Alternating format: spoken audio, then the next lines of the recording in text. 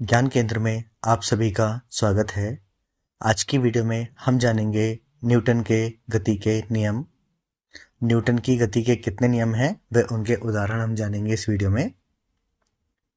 सबसे पहले हम जान लेते हैं, सर आइजैक न्यूटन ने सबसे पहले 1687 में अपनी पुस्तक प्रिंसिपिया में गति के नियमों को प्रतिपादित किया।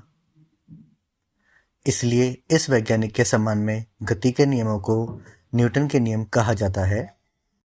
न्यूटन की गति के 3 नियम हैं। गति का प्रथम नियम है जड़त्व का नियम, जिसे लॉ ऑफ इनर्शिया कहा जाता है। गति का दूसरा नियम है संवेग का नियम, जिसे लॉ ऑफ मोमेंटम कहा जाता है। और गति का तीसरा नियम है क्रिया प्रतिक्रिया का नियम, जिसे rule of action and reaction कहा जाता है। सबसे पहले हम गति के प्रथम नियम के विषय में जानेंगे, जो है जड़त्व का नियम अर्थात लॉ ऑफ इनर्शिया। न्यूटन के गति के प्रथम नियम के अनुसार यदि कोई वस्तु विरामावस्था में है तो वह विरामावस्था में ही रहेगी। वस्तु पर कोई बाह्य बल लगाकर ही वस्तु को विरामावस्था से गति की अवस्था में परिवर्तित किया जा सकता है। एवं यदि कोई वस्तु गतिशील अवस्था में है तो वह एक समान चाल से सरल रेखा में चलती रही रहेगी जब तक उस वस्तु पर बाहरी बल न लगाया जाए। इसे गति का प्रथम नियम कहते हैं। इसे जड़त्व का नियम भी कहा जाता है। अब इसमें बताया गया है कि यदि कोई वस्तु है, मान लीजिए कोई फुटबॉल है, वो जब तक विरामावस्था में रहेगी, विरामावस्था का अर्थ होता है वह एक ही जगह पर रुकी रहेगी जब तक उसे कोई बाह्य बल नहीं लगेगा। जैसे फुटबॉल में जब तक कोई खिलाड़ी किक नहीं करेगा, जब तक फुटबॉल आगे नहीं जाएगी, वो वहीं पर पड़ी रहेगी। इसी प्रकार यदि कोई खिलाड़ी किसी फुटबॉल को किक करता है और फुटबॉल गति अवस्था में आ जाती है तो कोई दूसरा खिलाड़ी उस पर अपने पैर से बल लगाकर उस फुटबॉल की गति को रोकेगा अर्थात फुटबॉल को रोकेगा। इसका उदाहरण देखते हैं। चलती रेलगाड़ी से अचानक उतर जाने पर व्यक्ति आगे की ओर गिर जाते हैं।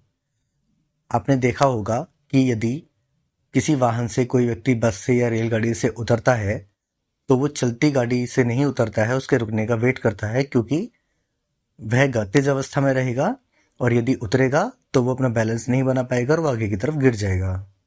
उदाहरण 2 देखते हैं। खिड़की के शीशे पर बंदूक से गोली मारने पर शीशे में छेद हो जाता है। अब हम जानेंगे गति का दूसरा नियम संवेग का नियम, लॉ ऑफ मोमेंटम। न्यूटन के गति के द्वितीय नियम के अनुसार किसी वस्तु के रेखीय संवेग में परिवर्तन की दर उस वस्तु पर लगाए गए बाह्य बल के अनुक्रमानुपाती होती है एवं संवेग परिवर्तन वस्तु पर लगाए गए बल की दिशा में ही होता है। इसे गति का द्वितीय नियम कहते हैं एवं इस नियम को संवेग का नियम भी कहते हैं। उदाहरण देख लेते हैं। क्रिकेट खेल में खिलाड़ी तेजी से आती गेंद को कैच करते समय अपने हाथों को पीछे की ओर कर लेता है। इससे गेंद का वेग यानी कि स्पीड कम हो जाती है और खिलाड़ी को कोई चोट नहीं लगती है। आपने प्राय देखा होगा, क्रिकेट खेला होगा या क्रिकेट का मैच देखा होगा, जब कोई बल्लेबाज किसी गेंद पर प्रहार करके शॉट मारता है और जब खिलाड़ी के पास गेंद सीधी जा रही होती है तो खिलाड़ी उस गेंद को कैच करते समय अपना हाथ पीछे की तरफ खींचते हैं।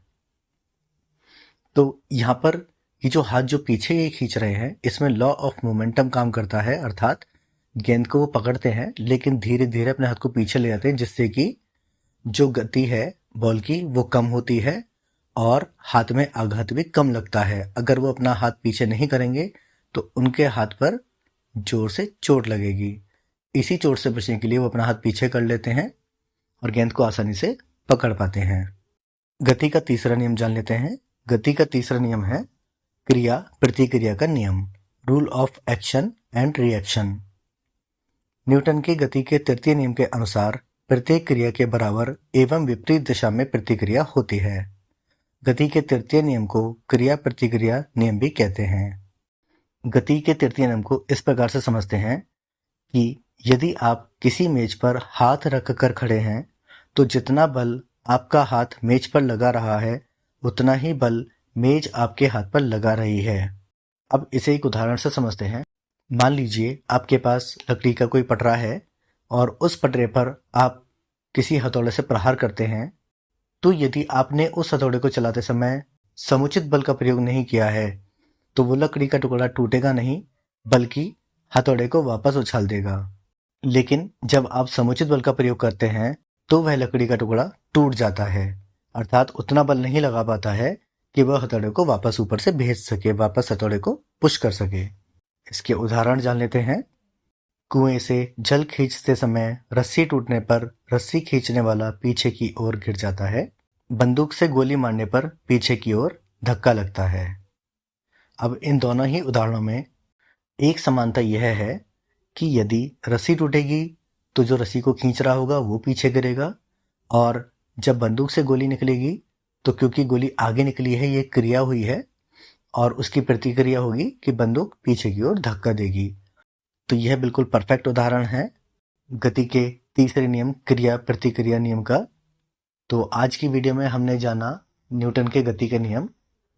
आशा करता हूँ आपके लिए वीडियो लाभप्रद रहेगी। वीडियो अगर आपको अच्छी लगी है तो लाइक कीजिए, चैनल को सब्सक्राइब कीजिए। आप सभी का धन्यवाद।